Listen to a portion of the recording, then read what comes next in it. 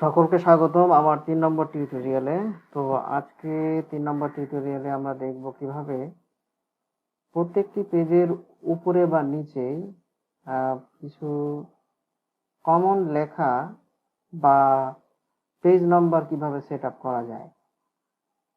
ঠিক আছে, header, footer and page number, এই ৩টি অপশনের কাজ আজকে আমরা দেখব। তো হেডার বলতে বোঝাচ্ছে আমি হেডারে সবসময়ের জন্য প্রত্যেকটি পেজের জন্য কি রাখতে চাই। পেজ তো অনেকগুলো হতে পারে, মাল্টিপল। এটা আমরা ১ নম্বর পেজে আছি, ২ নম্বর বা ৩ নম্বর পেজে গেলে আমরা একই ধরনের জিনিস আমরা কি কি লেখা দেখতে চাই সেক্ষেত্রে বোঝাচ্ছে। তো হেডারে আমি এখানে দেখুন, হেডারে ক্লিক করলে, এখানে তীরে ক্লিক করলে আমার অনেকগুলো সাজেশন দিচ্ছে যে কোন ধরনের জিনিস আপনি রাখতে চান। তো আরো চাইলে আরো হেডার এখান থেকে আপনি পাবেন। তো এখানে আমি একটা ডিফল্ট যে হেডার সেটা আমি চয়েস করে দিচ্ছি, যেমন এই যে পেজ সেটের ইভেন্ট পেজ। ঠিক আছে, তো এখানে আমি এই জিনিসটা রাখতে চাচ্ছি,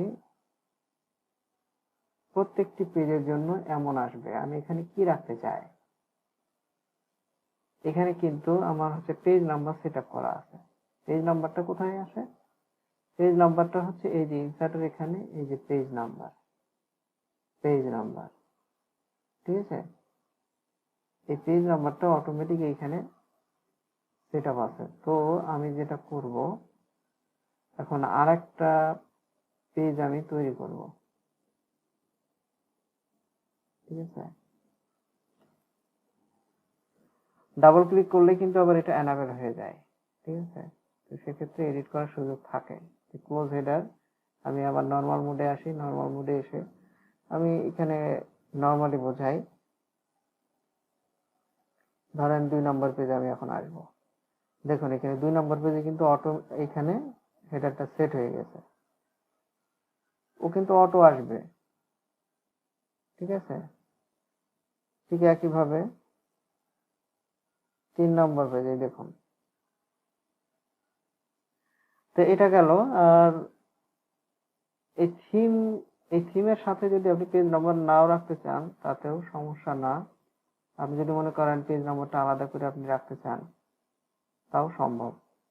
তো আমি কি করব, এই পেজ নাম্বারটাকে ডিলিট করে দেব, দিয়ে ক্লোজ হেডার করে দেব। ঠিক আছে, তাহলে আর কোথাও দেখবেন না। তো ধরেন আপনি পেজ নাম্বারটা রাখতে চাচ্ছেন নিচে।